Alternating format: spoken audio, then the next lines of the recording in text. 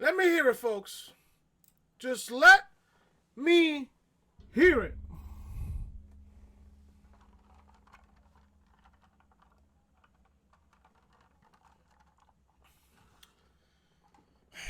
You done? Are you done? At the end of the day, I can't get mad. And I'll tell you why in just a second. I can't get mad. Because Tom Brady is about to be on that age where he's not going to be the same anymore. That's what I expected coming into this postseason game against the Tennessee Titans. And if you guys are a football fan, leave a comment down below. Who's your favorite team? This should be interesting. Because I know TM is going to watch this video. He's going to fucking call me or probably text me or DM me on Twitter. Say, Chris, what happened? You want to know what happened, bro? I'll tell you what happened. It is what it is. Tom Brady's age is starting to catch up to him. And I've been saying this for the past 2 years. Tom Brady's age is starting to catch up to him. Now, my team lost. Chris, you should be mad. Your team lost. Yeah, I am. I'm mad at some point. Because in that fucking fourth quarter, when the Titans wanted to do all those fucking games and shit just to waste time, what you want me to do? You want me to fucking go to Foxborough and play the game for Tom Brady? Brady is the greatest quarterback of all time. I don't give a fuck what anybody says. I don't give a shit what anybody says. Tom Brady is the greatest quarterback of all time. And if you do not agree with me on that standpoint, I don't know what to tell you. I wonder if you're another fucking hater of mine, that's a Tom Brady hater, your fucking favorite team is probably the fucking Eagles or the Giants. Irrelevant to me. Completely fucking irrelevant to me. Now I know I have some friends, I have some family members who's fucking Giant fans and fucking Eagles fans. Hell, I have a fucking friend who's a fucking Ravens fan. And if you guys want to know my fucking prediction for the Super Bowl, it's going to be the Ravens and the 49ers in the Super Bowl. Should be a fantastic game in Miami. A fantastic game in Miami. Just saying.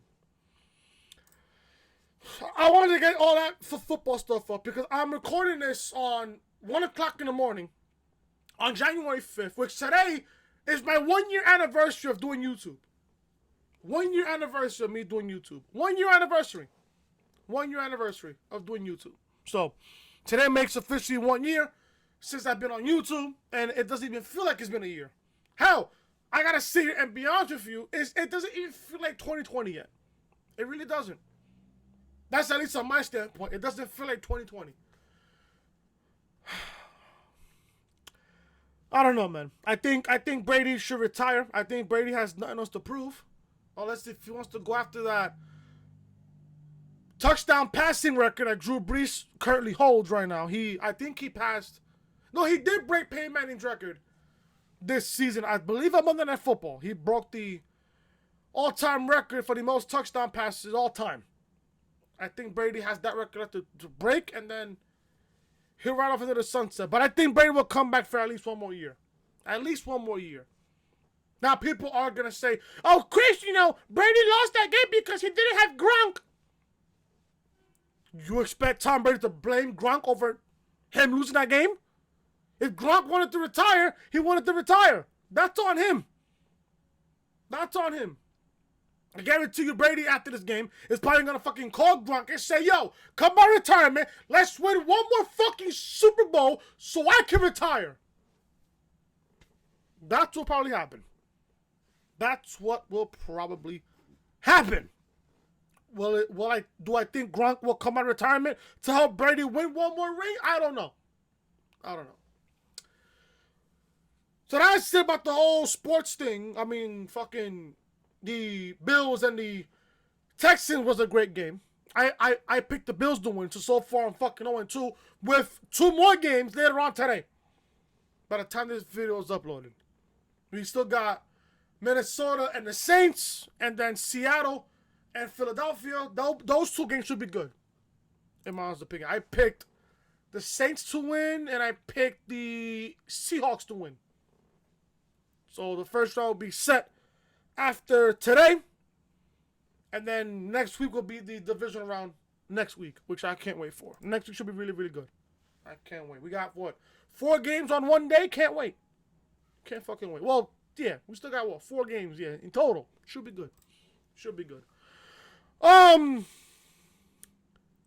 This is episode 66 of the Reality Podcast for your Sunday, January 5th, 2019. If you guys don't know who I am, I'm your boy Chris. Thank you guys so much for tuning back into the channel. If you guys are enjoying the football postseason so far, if you guys are loving the content that I've been uploading so far, if you guys enjoy Wrestle Kingdom 14, which I heard was really, really good. I heard night 1 was really, really good. I also heard that night 2 was just amazing. I think Moxley competed in night 1. I believe in Jericho competed in night 2 against Tanahashi. And if Tanahashi beats Jericho, Tanahashi will get a future AEW World Championship match, which could be the confirmation of New Japan Pro Wrestling and AEW working together in a partnership. I guess so. But if you guys are loving the football stuff, the postseason football, the Wrestle Kingdom 14, the content I've been giving you guys on the channel so far, hit that like button. Leave a comment down below what you guys thought, or what are your thoughts of Wrestle Kingdom 14, and also the podcast and stuff, and the content I've been giving you guys. Also, if you guys want to leave a comment down below your favorite football team, do so. Please do so. Also, if you guys are new to the channel, be sure to show your support. Hit that subscribe button down below. Turn on those guys for all notifications. SmackDown Reviews live on the channel right now. The Usos return to save the big dog. I said the big dig on SmackDown Review. I will tell you guys why I said the big dig after these plugs. I'll mention why I said the big dig instead of the big dog. Link to SmackDown Review will be in the annotation above that you see on the upper hand corner of your screen. Also, check out AEW Review from this past Wednesday. MJF announces the stipulations for his match against Cody. In order for it to happen, Cody has to do all these stipulations to get a match with MJF at Revolution. Link to this video will be in the annotation above that you see on the upper hand corner of your screen, in which what I thought was a fantastic episode of Dynamite. SmackDown, SmackDown was just a typical lackluster show, but AEW was fantastic this past Wednesday night. Raw Reviews live on the channel. Raw Review, yeah. I can't even talk right now. Raw Review is live on the channel right now. Now, Monday Night Raw was completely fucking garbage. If you guys thought that Lana and Lashley's wedding was fun and entertaining at some which way, shape, or form, I do not consider you as a wrestling fan from this day forward. From this day forward.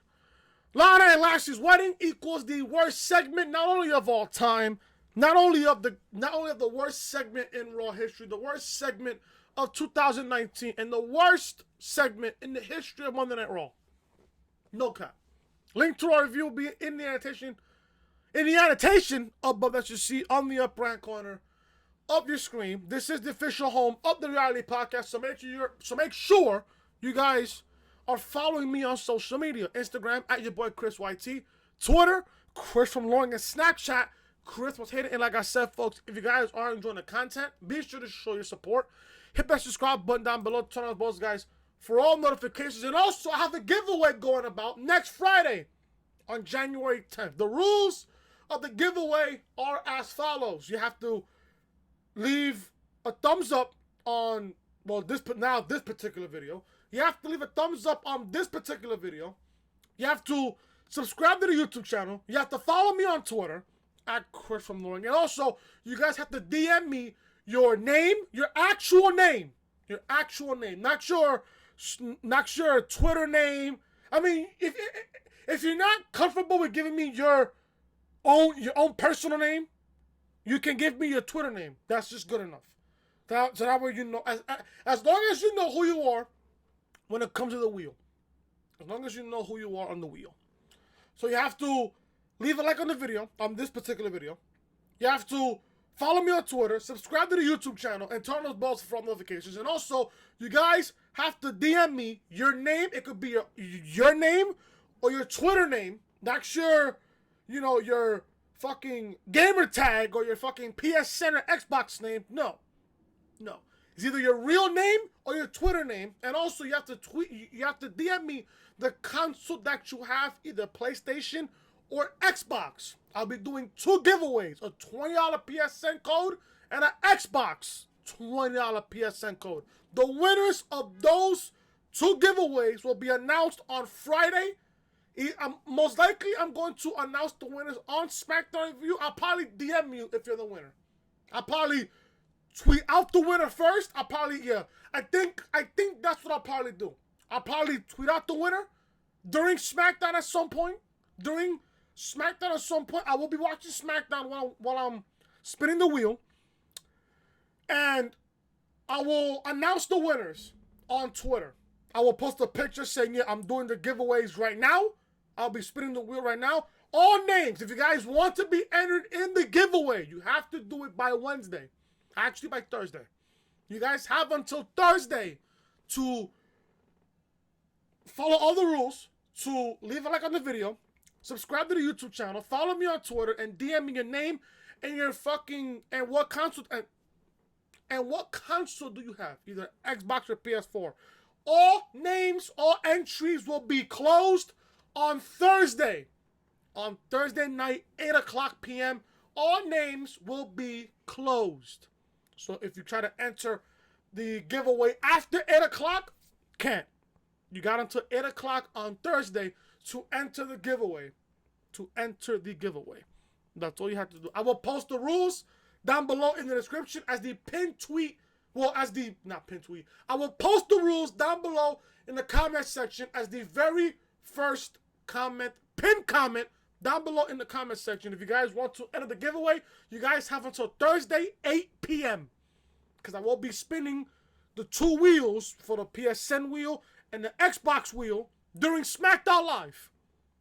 And then I'll tweet out the winners during the show, and then I'll hand you guys the codes if you guys are the winners.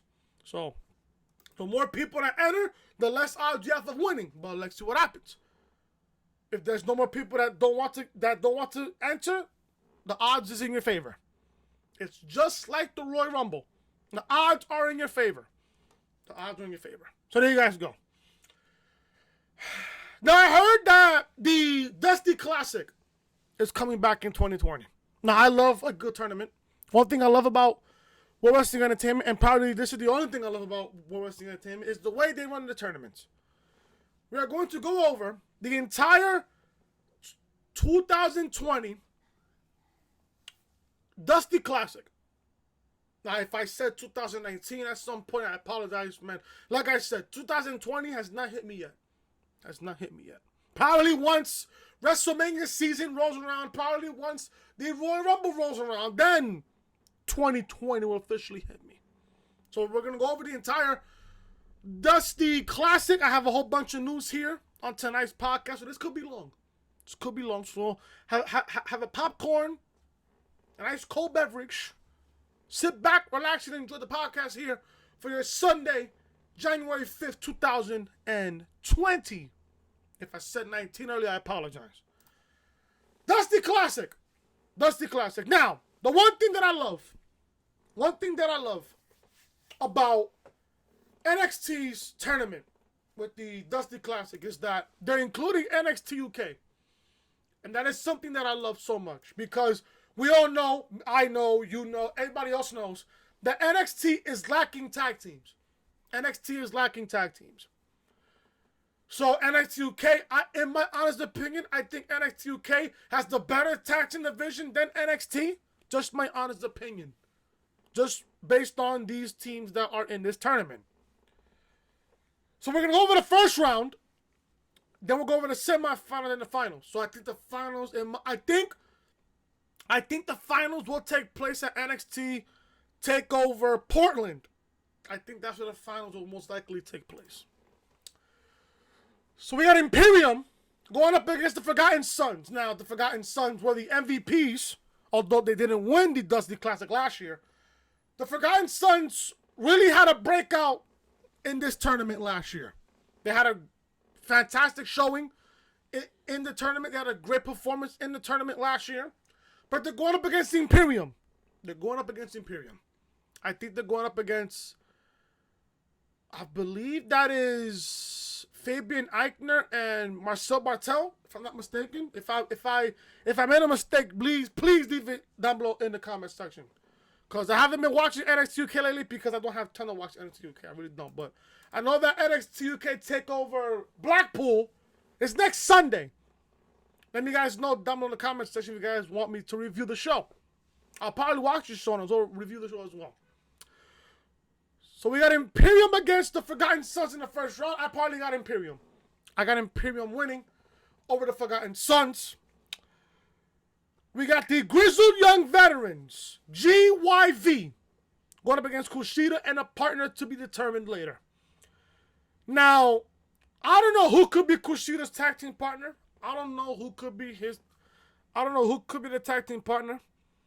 His tag team partner.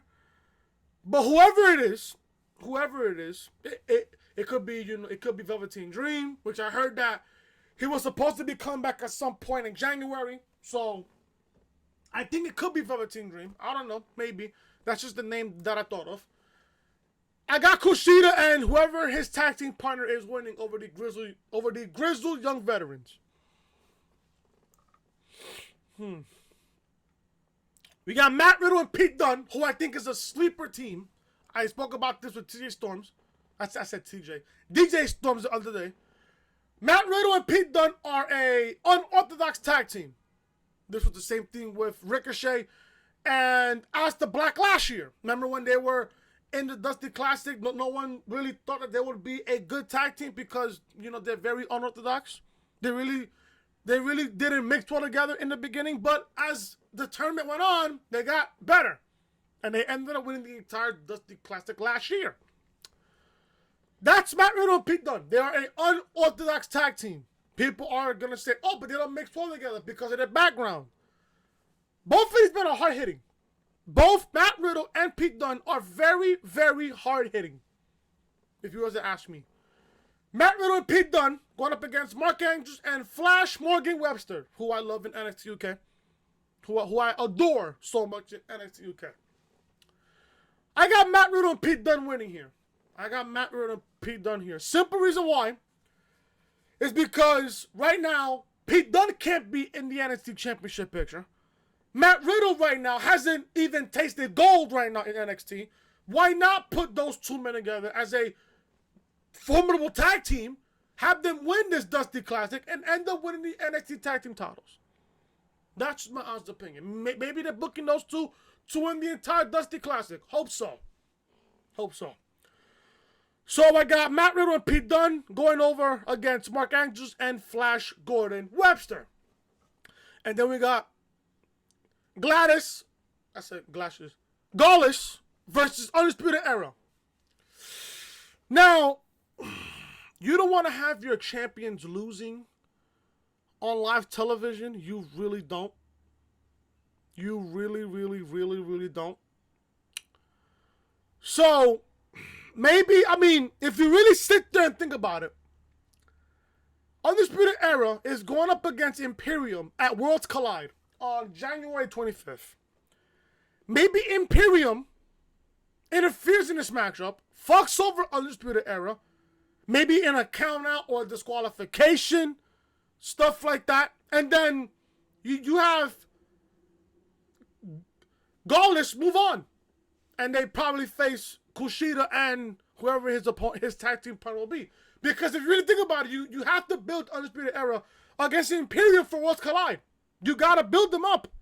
You got to build up that matchup. And on top of that, I bet you money Imperium doesn't want to be in the same tournament as Undisputed Era. Maybe if they face off in the finals, which cannot happen because they're facing off at Worlds Collide.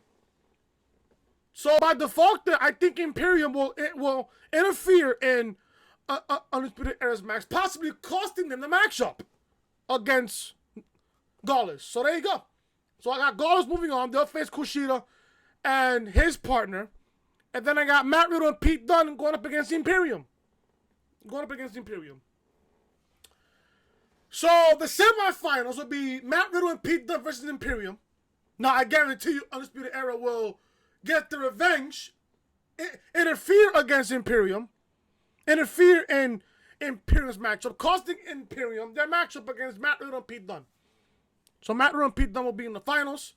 They will defeat Imperium in the semifinal matchup. We got Kushida and his partner against Gaulless. I probably got Gaulless defeating Kushida and his partner. And then I think his tag team partner will be Velveteen Dream. And that's when they will feud. They will have their matchup at NXT TakeOver Portland in February. And then the finals will be Gaulless versus Matt Riddle and Pete Dunne. I got Matt Riddle and Pete Dunne winning here. They'll face Undisputed Era at probably TakeOver Portland or TakeOver Tampa WrestleMania weekend for the NXT Tag Team titles.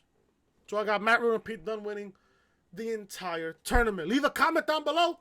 Who are your predictions to win the Dusty Classic and will end up facing Undisputed Era for the NXT Tag Team Championships at NXT? Most likely will be at NXT TakeOver Tampa WrestleMania weekend.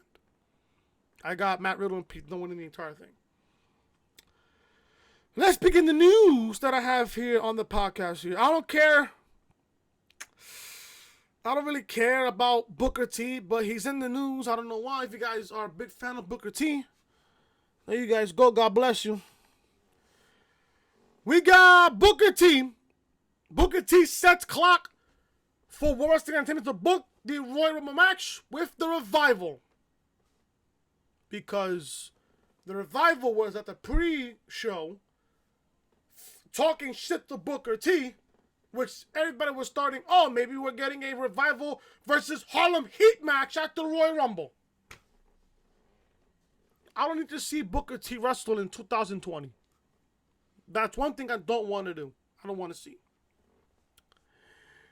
The Revival playing a lot of fans' attention when they showed up on the TLC kickoff show and got in Booker T's face. The top guys challenge Hall of Famers Harlem Heat to a match if they're down. Booker T seems ready for this match in Houston. It will certainly be a big draw for the local market if they want to sell some more tickets.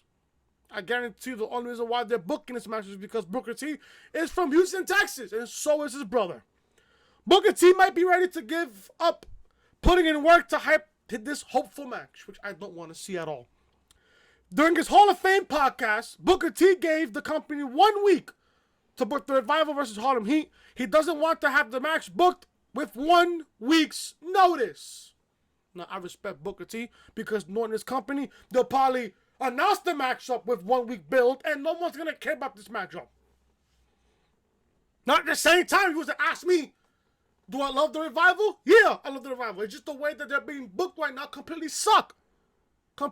It's completely fucking terrible. This is what Booker T said, and I quote, I have not gotten my invitation yet. And the thing is, if they don't tell me in the next week, I ain't doing it. They're on the clock. So I'm putting this out there right now. If they don't let me know within the next 7 days, don't call because I'm going to stop training after that. I'll stop putting in real hard work. Don't call me at the last minute and I'm not ready. Don't call me at the last minute because I need time to. My mind got to be right. Going into this thing, I got to be focused. I don't want to put in all that work for nothing. End quote.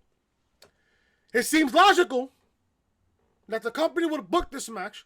The Revival and Booker T put in all the work, all the hard work, actually building the feud. All the company needs to do is announce that the match is happening. Let's see what takes place next. But it seems like the clock is ticking where Booker T is concerned. I got this quote from Post Wrestling. Post Wrestling, I got this from. You want to sit there and ask me, do I respect Booker T for letting Vince know, book the match, give it some build, so the match could feel important? Yeah, I respect that out of Booker T. Because he sees that, oh, this company is not used to booking matches within a week build and shit. No one's going to care about it, blah, blah, blah. Can you blame Booker T for even having that kind of mindset? No. You can't blame him for that. And on top of that, the way that Vince is booking the fucking Revival, they're out the fucking door when the contract is up. They're about to be out the fucking door. But then again, do I want to see the Revival against Harlem Heat when we all know that the Revival is going to lose? So you sit there and ask me, what is the whole point of booking this matchup if you're not going to put the Revival over as top guys? I don't want to see it. I don't want to see it. I really, really don't. If you was to book this matchup for a takeover, when the Revival were white hot at takeover, yeah, I would be down for it. But now, in 2020, the way Vince is booking shit right now, in World Wrestling Entertainment, I don't want to see it. I don't. As much as I love Booker T back then, I don't want to see it, in my honest opinion. The wrestling fan in me is just telling me, don't even book this matchup. Don't even book this match whatsoever. I got some Royal Rumble news. I have the card rumored so far, but I will tell you what is confirmed and what is rumored as of right now, as of this second. The next pay-per-view on the WWE calendar is the Royal Rumble event, which will take place on Sunday, January 26, 2020 at Minute Maid Park in Houston, Texas. Home of the Houston Cheating Astros. The company's annual beginning of the year showcase featured the most popular gimmick match. It will crown the next number one contender for either the Raw, World, or SmackDown Universal Championships for the men and either the Raw or SmackDown Women's title for the women. We're 3 weeks away from showtime, and the card currently looks like this. We have the men's Royal Rumble match, and so far, Roman Reigns is the only wrestler declared for the matchup. We got the women's match as well. Charlotte is the only wrestler to also declare herself in this matchup. We got Bray Wyatt versus Daniel Bryan for the Universal Championship. We got Becky Lynch versus Asuka for the Raw Women's title. Becky has been working so hard for this for a while, saying she wants to avenge her loss from last year's Royal Rumble. And that's where the storyline is about Becky Lynch, which should be good. Can't wait. That's all that is official for the show so far. The Wrestling Observer has reported that Brock Lesnar's next match is scheduled for the show, and one would think that means a WWE title defense, though the Observer also says that may not be the case. Cain Velasquez is also scheduled for the show, likely in the men's Royal Rumble match. Braun Strowman versus Shinsuke Nakamura for the IC title, and Bayley versus Lacey Evans for the SmackDown Women's title has also been rumored. Are you fucking kidding me? Lacey Evans versus Bayley for the SmackDown Women's title? Guarantee you Lacey Evans will win that matchup. Guarantee you. Guarantee you. Because simple. Lacey Evans is what, folks? A blonde. Folks, they have to push the blonde agenda, folks. They have to push the blonde agenda. Just sit there and ask me there. If you want to sit there and ask me. Also, you got Braun Strowman versus Shinsuke Nakamura for the IC title. Braun Strowman couldn't even wrestle himself out of a fucking paper bag. You think I should take Braun Strowman serious against Shinsuke Nakamura for the IC title? No. I really, really shouldn't. Who cares? Who cares? But outside of that, the Rumble, best match of the entire night is probably going to be Becky versus Asuka. Guarantee you. Guarantee you. SmackDown ratings dropped this week. SmackDown viewership drops this week. World Wrestling Entertainment included plenty of surprises and a couple of returns on Friday Night SmackDown this week. How did the ratings do? Now, you had John Morrison come back. You should have saved him for the Rumble. You had Sheamus come back on the show. You should have saved him for the Rumble. And the Usos should have saved them, in my opinion, you should have saved them for the Rumble. Either like in a backstage segment or in the Rumble matchup itself. I don't know. But why would you put John Morrison and Sheamus and the Usos on this particular lackluster episode of SmackDown that was back on Friday night? How did the ratings do? Showbuzz Daily reports that Friday Night SmackDown viewership dropped slightly this week. The Blue brand still pulled in a 2.418 million viewers. The number is down from last week's number of 2.439 million viewers. But not by much.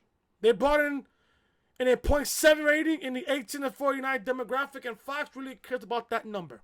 We'll have to see how 2020 shapes up for SmackDown. They added some elements to the show this week that could plague interest as the company builds towards the Royal Rumble pay-per-view on January 26.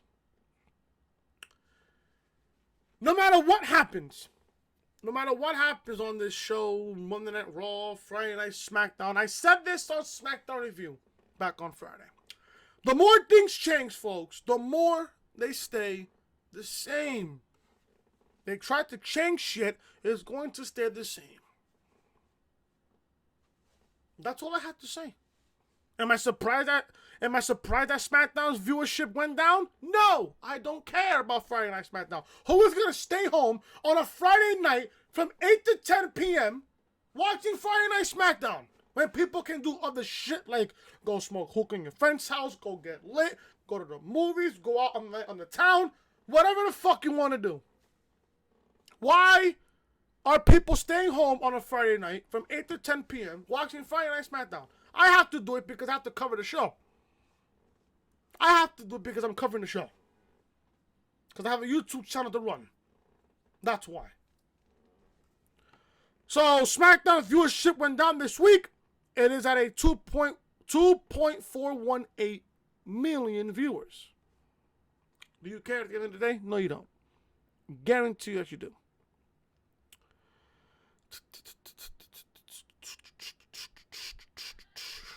This really caught my eye. Here. Now, I don't know how you guys feel about The Undertaker, but I was just going through the news and stuff, and this caught my attention. NXT Superstar wants to face The Undertaker in 2020. Now, this is a topic discussion. This isn't part of the news. So sometimes I like to report news. Sometimes I want to do a discussion, just to spice things up a bit. But NXT Superstar wants to face The Undertaker in 2020. I think they should do that for WrestleMania. If you was to ask me, you want to bring Taker back for WrestleMania, you put him up against somebody from NXT. Now that I think about it, sure. I would be open to it. I really would. It's always important to set goals. It always is. The Undertaker doesn't wrestle much anymore, but Dominik Dijakovic has some big aspirations for 2020. Dominik Dijakovic recently tweeted out a photo of himself, photoshopped, to show him facing off with The Undertaker. This is quite a high bar to set for the year. Dijakovic's popularity is rising up in NXT, and it really is. And he continues to impress with his work in the ring. He's been at the Performance Center since 2017 after a nice run on the Indies. You never know which opponents might be in store for Dominik Dijakovic. He might even go one-on-one with The Undertaker. There is a problem with Dijakovic's 2020 goal. The Undertaker is enjoying the stage of his career, but he's not resting often. It's unclear when he'll return to the ring, but with WrestleMania around the corner, there's always the possibility of hearing his gong sound when we least expect it. Now, I love The Undertaker. Taker, as you guys know many, many times, The Undertaker, in my opinion, is the greatest wrestler of all time. Well, greatest superstar, not wrestler. Superstar of all time. No question, Taker is the greatest character in wrestling history. There's no question about that. At this point, how much left does The Undertaker have to give? How much in the tank does Taker have left in that worn out body that he's been performing with for over 30 years? You know, this year makes 30 years that Taker has been in WWE. 30 long years. Dating all the way back to 1990. Taker was in the WWE. People want to sit there and say, oh, Taker's too old. Taker shouldn't wrestle anymore. Why is Taker still signed with WWE? It's up to him.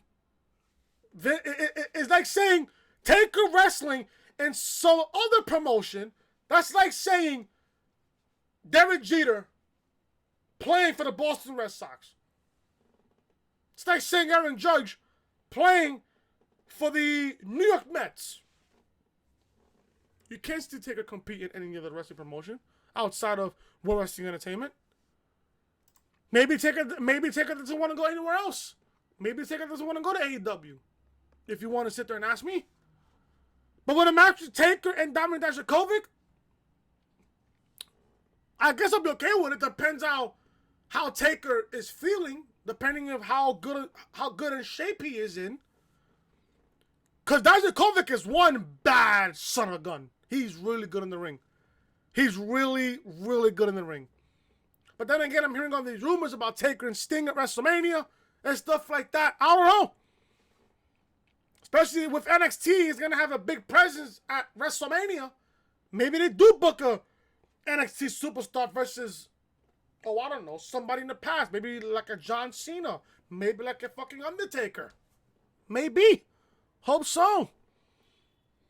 I mean, how would you guys feel about a Dominik Dijakovic against Undertaker match at a WrestleMania? I'll be okay with it. I would honestly be okay with it. I honestly would. I would honestly be down with that. Not only there is a NXT superstar that wants to face The Undertaker, there is another superstar that wants to face John Cena in 2020. NXT superstar wants to face John Cena in 2020. Now, this should be good. I just seen the name. This could be really, really good. If this company could have played up the fact that John Cena could be in a match at WrestleMania against this particular opponent that I just seen, nothing but skyrocket going straight to the top and never going down. John Cena doesn't come around the company very often anymore. Also, John Cena follows me on Twitter also. Shout out to you, John. His Hollywood career doesn't really give him much of an opportunity to be a pro wrestler again. Cena wants to be part of WrestleMania this year in a substantial role. That was reported a couple weeks ago. This particular superstar has a goal on his list to face John Cena at probably in 2020. Yeah. His name is Austin Theory. Austin Theory seems game to take him on wherever he shows up. Austin Theory made his NXT television debut in an opening challenge for the NXT North American Championship against Roderick Strong, which the match was fantastic. Loved that matchup. Theory lost that match, but the former Evolve champion certainly made an impression. Since everyone makes New Year's resolutions at the start of a new year, Theory got in on the fun. He compromised a list of 4 goals for himself in 2020. One of them is to face John Cena.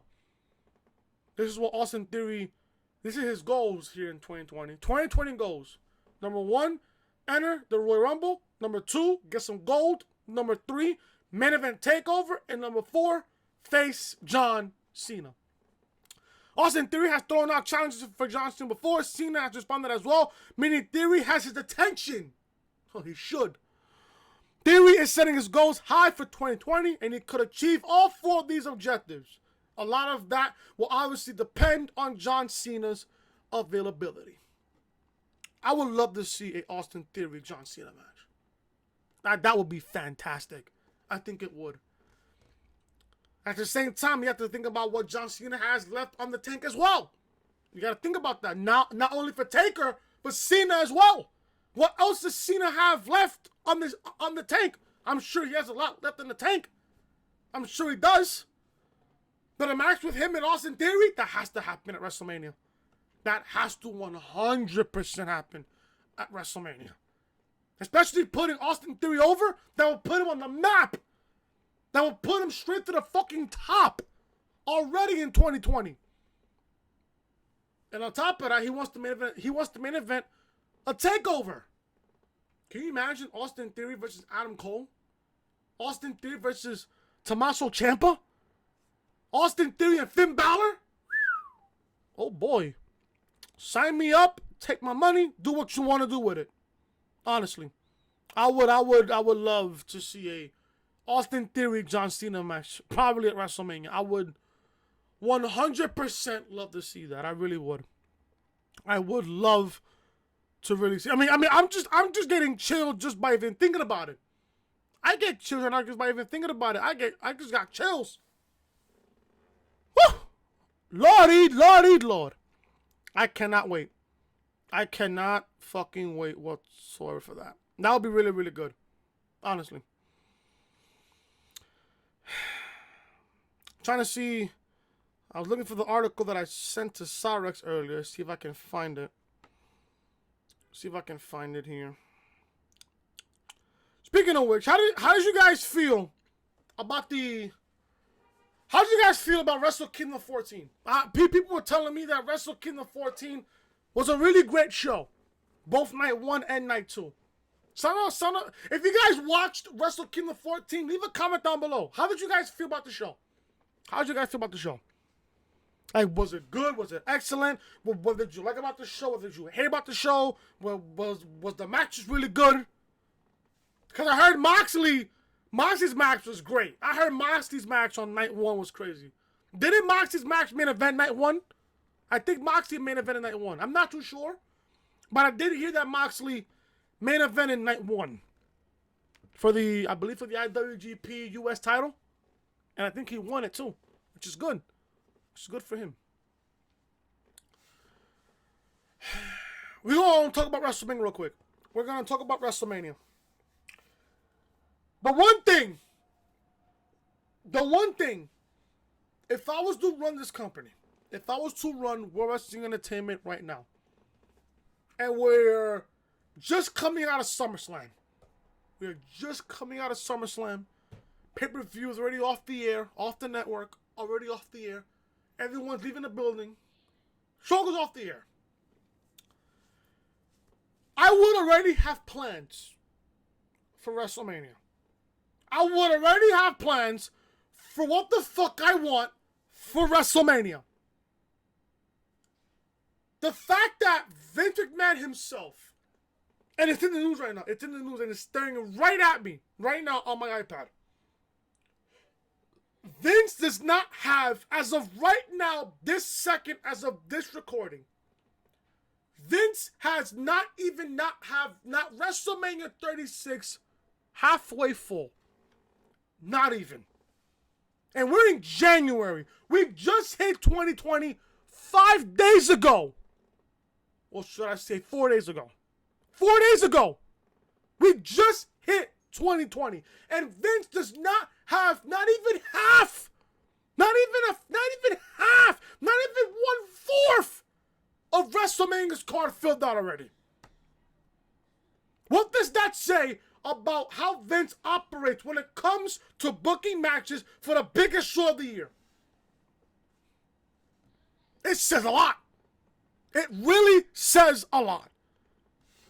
WWE keeping multiple options open for WrestleMania 36. What the fuck does that tell you? Right there and then. What does that tell you? WrestleMania 36 event has not sold out yet. Has not sold out.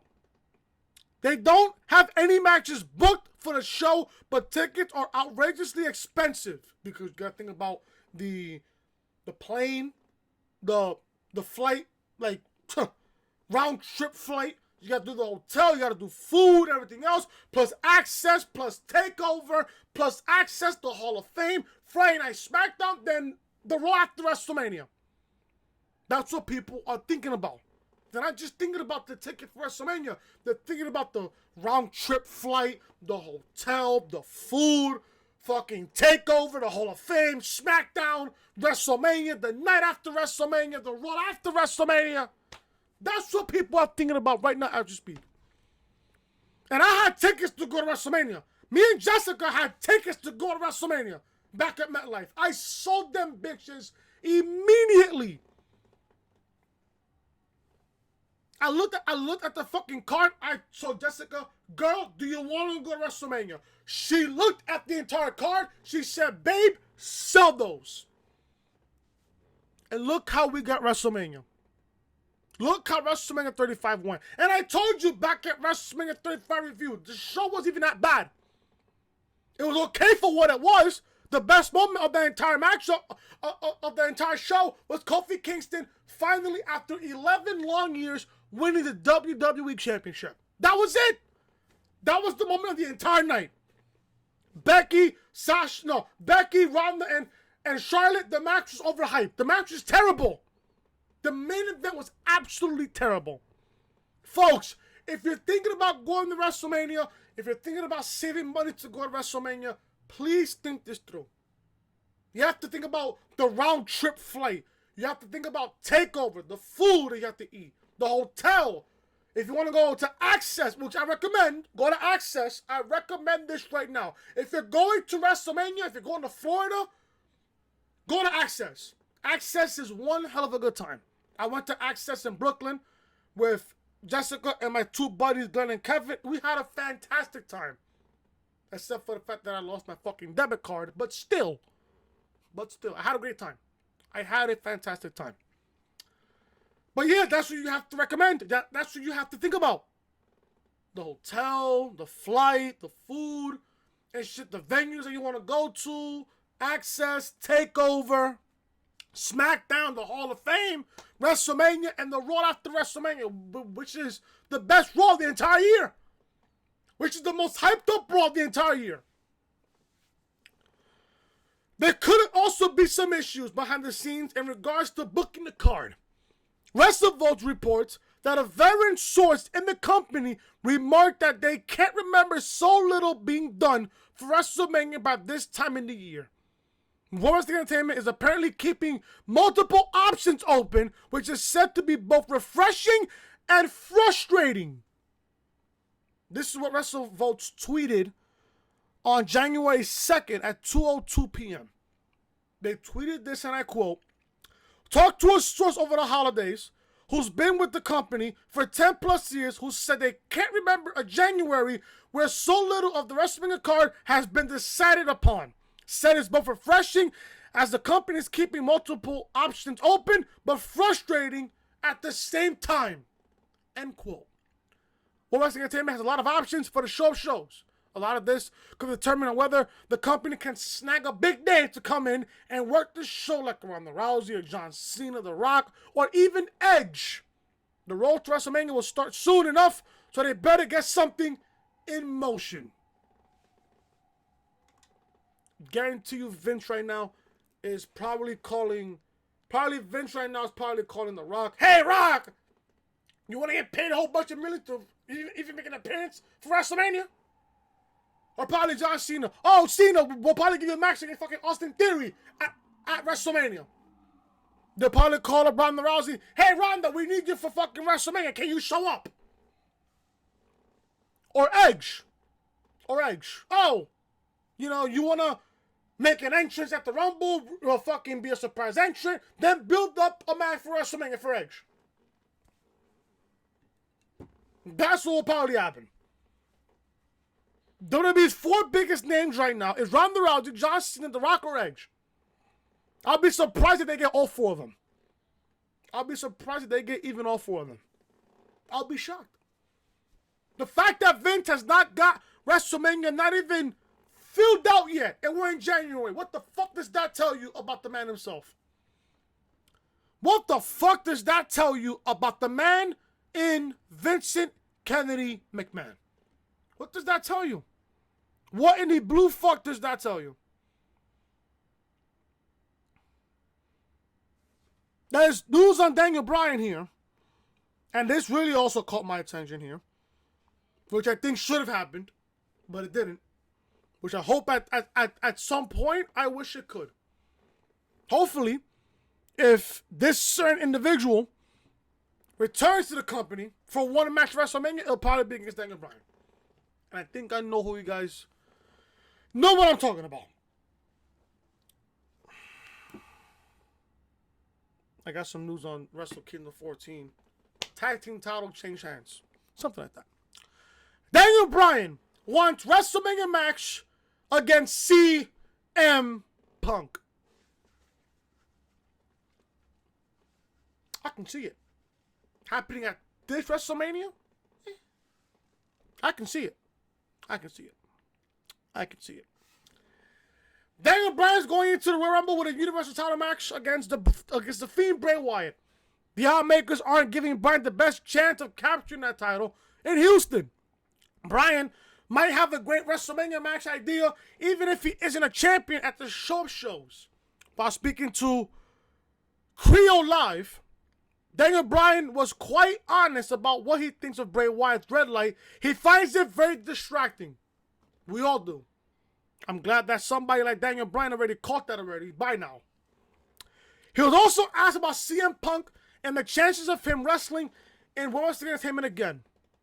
Bryan replied saying that it's always enticing to come back, but it's also tempting to stay at home. He always wanted a WrestleMania match against CM Punk. It seems like he's still open to that idea. This is what Daniel Bryan said on the interview that he had, and I quote, "I always say it's always so enticing to come back, as much as you don't want to," said Bryan. I would hope yes, and also in the back of my mind, and even after he left, I always had this thing where it just seemed to me there should have always been a WrestleMania match against CM Punk and Daniel Bryan. Now at this point, he may be past that, and I know he's not big on people putting his name out there and saying, "Oh, I want to do this." That's not where I'm coming from with this at all. But just in the back of my head, I'm disappointed that we never got a CM Punk Daniel Bryan WrestleMania match. End quote. World Wrestling Entertainment has a lot of great matches they could book for CM Punk. The biggest hurdle in the situation seems to be what CM Punk wants to do in the first place. He's quite happy on backstage and doing his own thing. It might be hard to turn down a WrestleMania match against Daniel Bryan if the company offers it to him, knowing that CM Punk and Daniel Bryan are very, very close friends. I would be open to it. A CM Punk Daniel Bryan match at WrestleMania, do you know how big that would be? Now, I don't know if AEW is going to have a pay-per-view around WrestleMania weekend. Probably they will. Knowing AEW, they probably will. But I think what Vince and everybody else is waiting for right now is where AEW is going to have their next pay-per-view. Because the next pay-per-view is in February. Who knows, they can have a pay-per-view in April. Maybe in the beginning of April. Maybe during WrestleMania weekend. Or maybe during WrestleMania. I know AEW, and I'm going to say this right now for AEW. If I'm AEW, I would not want to compete against Vince when it comes to WrestleMania. Trust me. A lot of people watch WrestleMania. Trust me, I know. A lot of people watch WrestleMania. Whether it's from the network, or you're at the show, or you're watching on fucking pay-per-view. I don't know why you're paying $64.99 for a fucking pay-per-view for like 7-8 hours.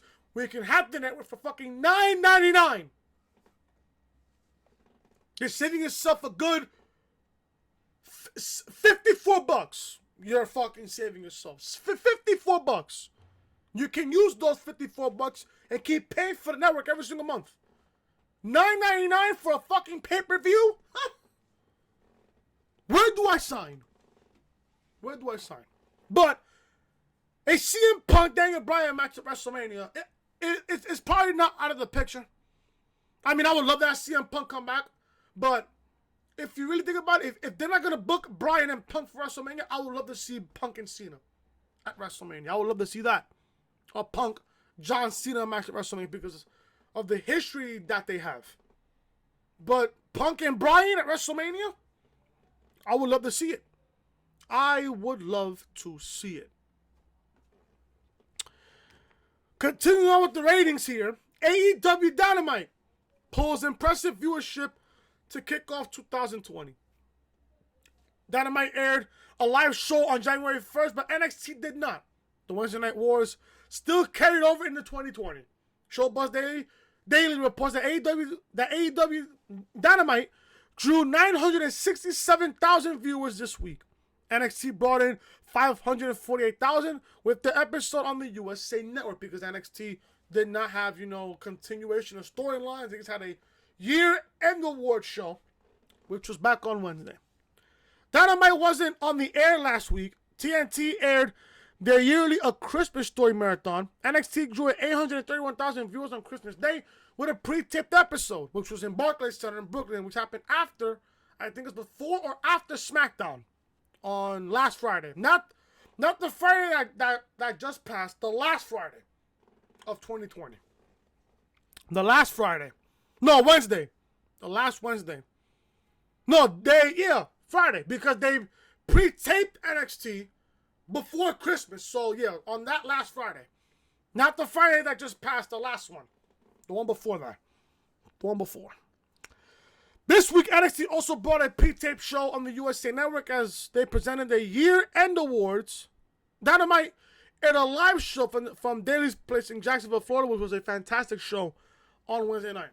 The last week, the two shows went head-to-head on December 18th. NXT pulled 795,000 viewers against AEW Dynamite, who closed out 2019 with a viewership of 683,000 viewers. This was a big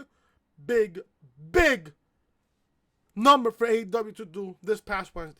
967,000 viewers? That's great. That is fucking fantastic, if you ask me. Now, since Dynamite did not have a show last week, not this past week, the week before, let's do the math here. 967,000 minus 683,000. AEW gained about a good 284,000 from the December 18th episode to last week, to this past Wednesday's episode. Because they didn't have a show on Christmas Day. They didn't have a show. But this is good. This is an impressive number. I'm happy for AEW. Let's just hope that AEW continues on to do this. Let's just hope that AEW continues on with this entire thing. Because I love AEW. I love NXT also. I'm a fan of both. I'm not a fan of not one. I'm a fan of both. I'm a fan of both NXT and AEW. Possible spoiler. And this will probably be the last report that I have here. This will probably be the last report. Possible spoiler on NXT Superstars in the Royal Rumble match. The Royal Rumble is just weeks away, and as World Wrestling Entertainment prepares for the big January 26th event, NXT should be getting ready for as well. Worlds Collide will take place in Houston before the Royal Rumble pay-per-view, but there could be another reason for NXT Superstars to be in town. This year's Royal Rumble matches could consist of 10 superstars from Raw, SmackDown, and NXT battling in the ring. Thanks to a new video from World Wrestling Entertainment on Fox, the WWE on Fox Twitter account, we have a pretty good idea which NXT superstars are likely to be in the men's Royal Rumble match. An extremely fast slideshow video was uploaded where fans could click the pause button and a screenshot of that superstar would presumably will be their choice for the Royal Rumble winner. There were a lot of NXT superstars featured among the Raw and SmackDown wrestlers. Finn Balor, Matt Riddle, Walter, Tyler Bate, Pete Dunne, Gargano, Ciampa, Keith Lee, and Kyle O'Reilly were featured. This could be a very big telling sign of who's on top of NXT's list to make a Royal Rumble appearance. We'll have to wait and see who shows up in Houston. If someone competes, might also depend on whether they're banged up from Worlds Collide on the previous night. I know why NXT is in the Royal Rumble match, and it's obviously not too hard to figure it out. It's because of AEW, the AEW effect. There was rumors also that NXT could be a big factor going into WrestleMania. Why? The AEW effect.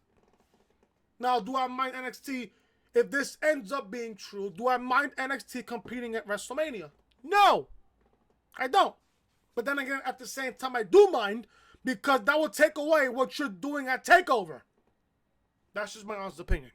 But speaking Speaking of which, I don't mind that NXT is going to be in the Rumble. I don't mind it. You got 10 from Raw, 10 from SmackDown, and 10 from NXT. That's 30. That's 30. And also, you have to sprinkle in some surprise entrants, some legends. Maybe this could be another 40-man Rumble. Because maybe they want to add, maybe this could be a 35 to 40-man Rumble again. That what happened back in 2011, which is fucking horrible. In my honest opinion, the 2011 Royal Rumble match was the worst Royal Rumble match of all time. They had 40 men in that Rumble. 40! Too long. You know that the Rumble match always lasts an hour. I remember that Rumble lasting at least an hour and a half. You have to think about legends, surprise entrants. So I think this Rumble could be at least 40 men. At least 40. At least 40. Maybe if anything, they could add 12 Raw, 12 SmackDown, 12 NXT, which is 36 superstars. And then you want to sprinkle at least 4 legends in that match, so making it 40. I'm going to go over the winners here on who I think, depending on what brand you're in, could win the Rumble. Now we're going to go to Monday Night Raw here. We're going to go to Raw, NXT, then SmackDown. Raw side. You can give it to Drew McIntyre. You can give it to Drew McIntyre. People are telling me they'd rather give it to Kevin Owens. You can give it a KO. But if you sit there and think about it, do you really want somebody like Kevin Owens, who's a big-ass babyface, who, in my opinion, is the biggest babyface right now on Monday Night Raw? Do you want to feed him to Brock Lesnar at WrestleMania? Where Kevin Owens, in my honest opinion, yeah, he's a great babyface, but is he believable enough to beat Brock Lesnar at WrestleMania for the WWE Championship? No. Drew McIntyre, out of everyone else on Raw, Drew McIntyre is the most built-up guy on Monday Night Raw. He's winning almost every single match that he's in. It's either they put McIntyre in the Rumble, have him win it, or he's the guy that's going to face Brock Lesnar at the Rumble for the WWE title. But at the same time, you want to kill Drew McIntyre against Brock Lesnar at the Rumble? No. So I'd rather have Drew McIntyre win the Rumble, have him face Brock Lesnar at WrestleMania for the WWE Championship. That's what I would do. So Monday Night Raw, I would book Drew McIntyre, or if you want to sprinkle in Kevin Owens, you can. Because the last thing I want to see is another Seth Rollins Brock Lesnar match at WrestleMania. I don't want to see it. We've seen it at SummerSlam. We've seen it at WrestleMania last year. I don't want to see it for a third time. Especially how Seth Rollins now is a fucking heel. So out of Monday Night Raw, the whole roster, McIntyre or Kevin Owens. That's out of Raw. NXT. You can go with 2 winners here. You can go with 2. You can go with Matt Riddle, who I think should be the guy to win the Rumble. If you really want to add NXT to this, you can have Matt Riddle win, have him face Brock Lesnar at WrestleMania, and have Matt Riddle beat Brock Lesnar at WrestleMania. Or you put Keith Lee. Or you put somebody like Keith Lee in there. Keith Lee is obviously over. Vince loves Keith Lee after what happened at the Survivor Series. Maybe Keith Lee wins the Rumble here. And he goes on to face Brock Lesnar at WrestleMania. I think whoever comes out of NXT that wins the Rumble, you're going to face Brock Lesnar at WrestleMania, and you're going to have that guy beat Brock Lesnar for the WWE Championship. You can't go wrong with either Matt Riddle or Keith Lee. That's it.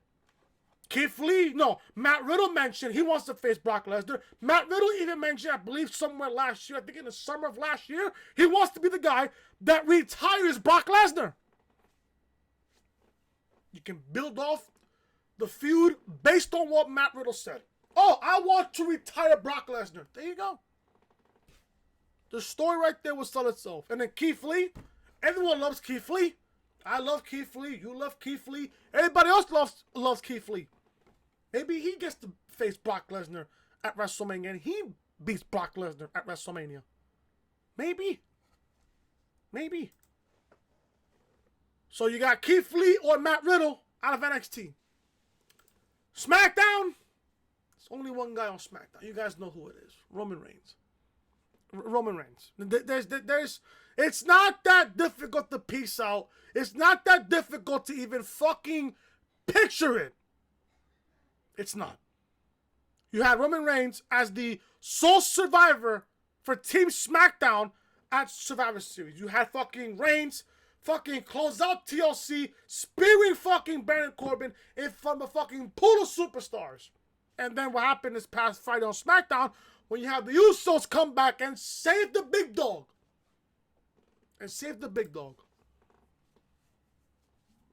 It's not that difficult to answer, people. And on top of that, Reigns is Roman's back and forth with Daniel Bryan. It's there, folks. It's there.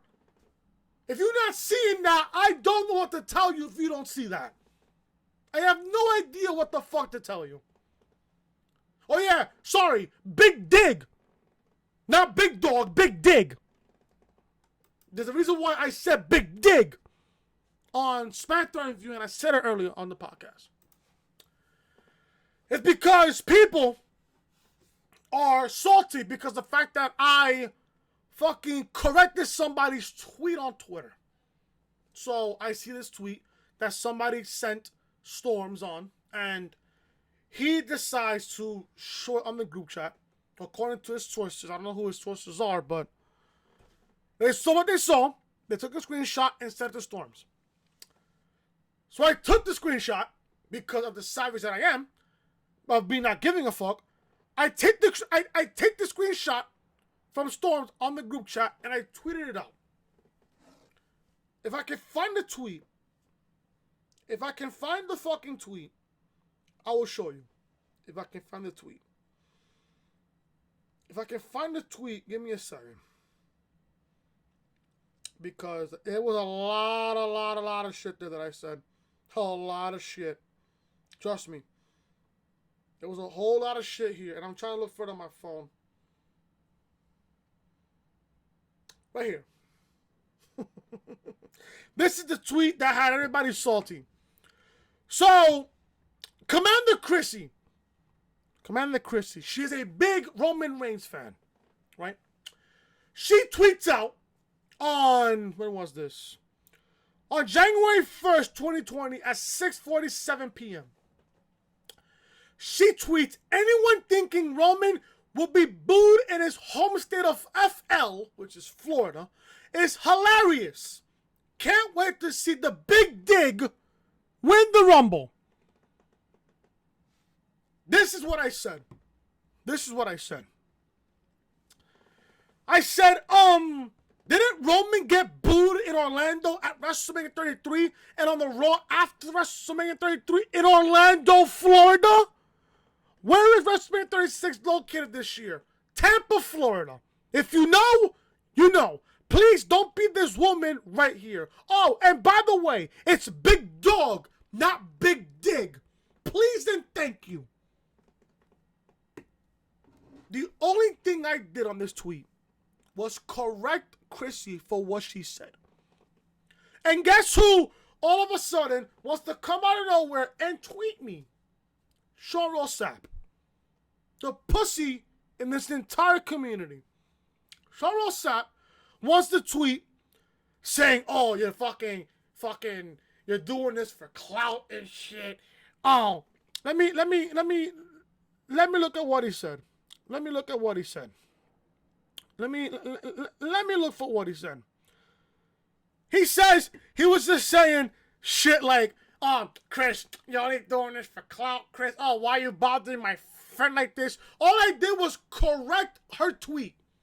That's all I did. And also, what I did on this tweet was state facts.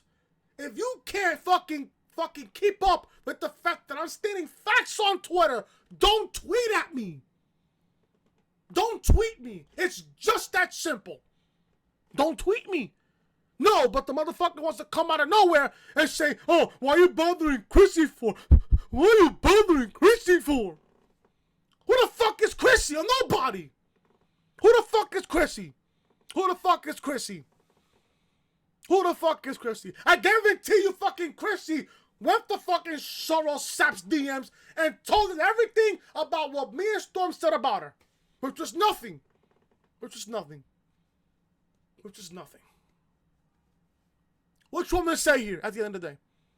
I put out a tweet stating facts on this tweet, correcting Chrissy's error on that tweet. That's all I did. What the fuck did I do wrong on that tweet? Nothing. Nothing. So it's not my fault at the end of the day that people are this salty. I don't give a shit. I honestly don't give a shit on how you feel. I don't. If you want to come at me fucking stating your opinion, be prepared to get hit with nothing but facts. If you cannot handle the facts, don't tweet me. Don't even argue with me. Don't even argue with me whatsoever. And mind you, all of this is happening, all this fucking Bubba bullshit, all this Chrissy bullshit, over pro wrestling. Over pro wrestling. Over an opinion on pro wrestling. Don't get me wrong, I wish nothing but the best for Bubba. But let me tell you something, you had it coming. You had it coming. Now people want to sit there and think, oh, I'm responsible for having Bubba's Twitter account permanently suspended. No. First of all, I was sleeping when her account got suspended. I was sleeping. When you get your account suspended, it should tell you what account got you suspended. Storm was the one that got Bubba suspended, and he'll personally tell you that. He will personally tell you that. All I was trying to do was squash the beef between me and Bubba, me and fucking Nadine. That's all I was trying to do. You can even ask Storms yourself. But who am I? I'm just a guy who loves wrestling, who loves sports, who comes on here, does YouTube videos as a hobby.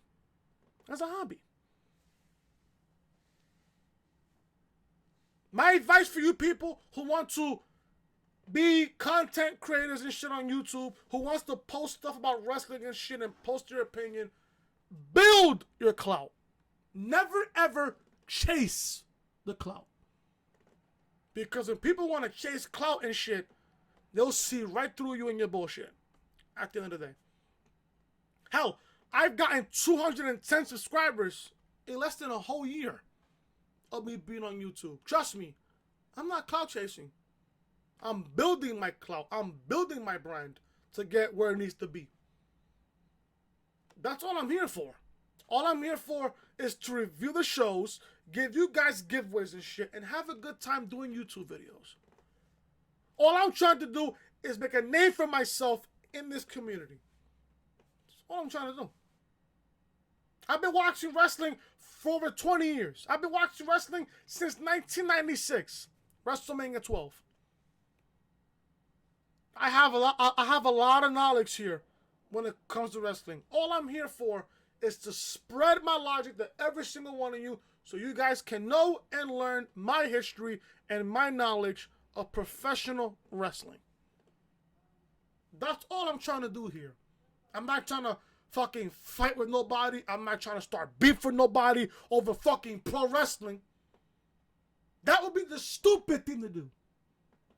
That would be the most dumbest thing to do. At the end of the day, I'm just a wrestling fan who loves pro wrestling and loves sports at the same time. I love to talk sports. I love to talk wrestling as well. Life, lifestyle, stuff like that. But once you piss me off and shit, listen, once you get to know me, I could be your best friend. Once you get to know me, I could be your best friend. I could be there for you. I could be your ride or die.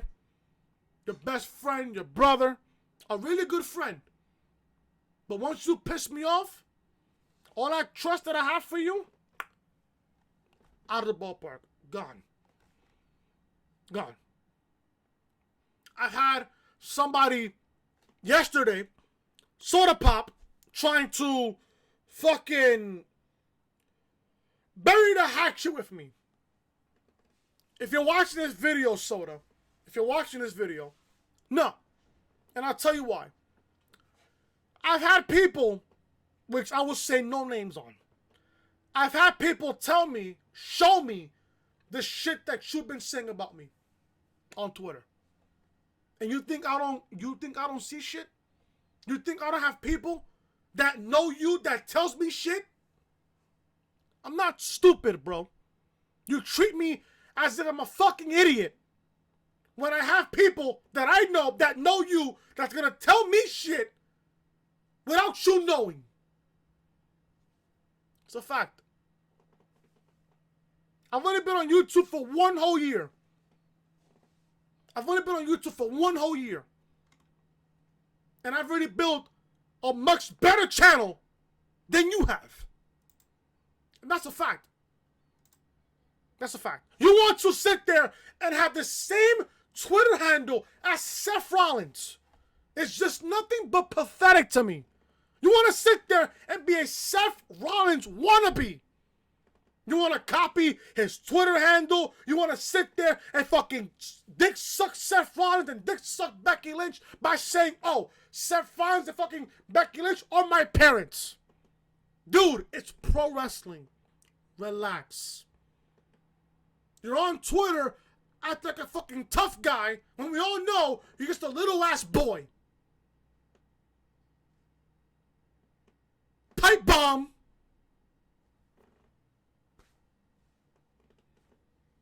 That's just the entire truth. That's just the entire truth. That's it, guys. And that, folks, is the reality of things right here on episode 66 of the Reality Podcast. Thank you guys so much for watching. If you guys enjoy the podcast, hit that thumbs up. Leave a comment down below what you guys thought of the podcast. Also, leave a comment down below. What's your favorite football team? Leave a comment down below what you guys thought of Wrestle Kingdom 14. I would love to see the reviews. I would love to fucking hear what you guys have to say about Wrestle Kingdom 14.